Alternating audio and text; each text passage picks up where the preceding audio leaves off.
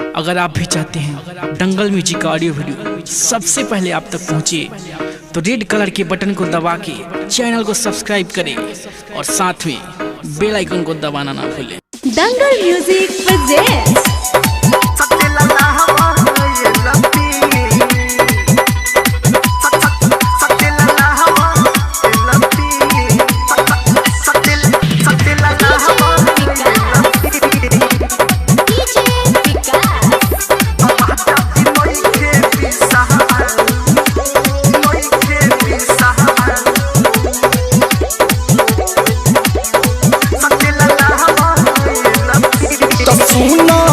जाती बड़ बहारा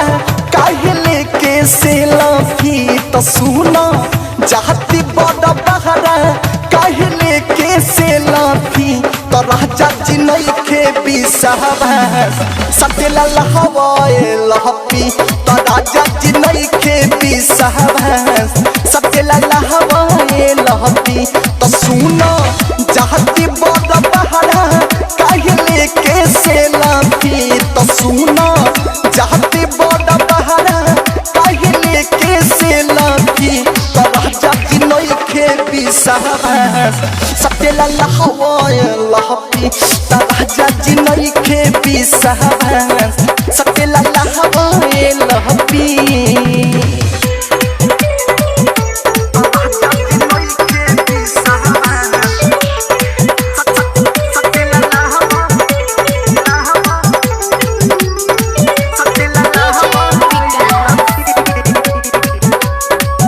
दंगल रिकॉर्डिंग स्टूडियो ननौरा।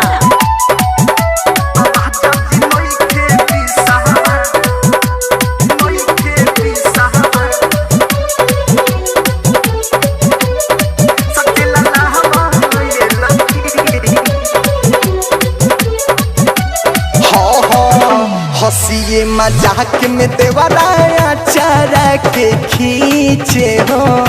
धरेला सहक तहरा कुदल कहे खीसे हो राजा हंसिए मजाक में देवराया चारा के खींचे हो धरेला सहक तहरा लखी से सैया भूल नहीं बतिया अब तू पहिला की तब भूल न बतिया अब तू पहिला की तब राजा जी नइखे बिसाहबास सतेला लहवाए लहपी तब राजा जी नइखे बिसाहबास सतेला लहवाए लहपी।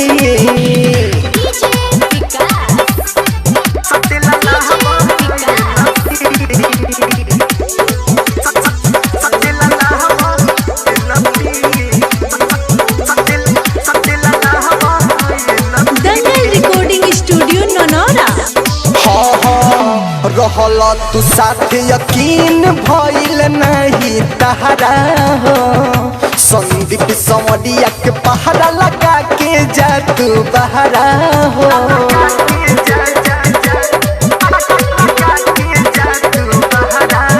रहल तू साथ यकीन भइल नहीं तहरा हो संदीप सवरिया के पहरा लगा के जा तू बहरा भतरू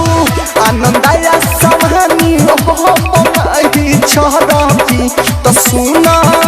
डीजे विकास नहीं अब छरपी ता राजा जी नइखे बिसाहबास सतेला लहवाए लहपी ता राजा जी नइखे बिसाहबास सतेला लहवाए लहपी।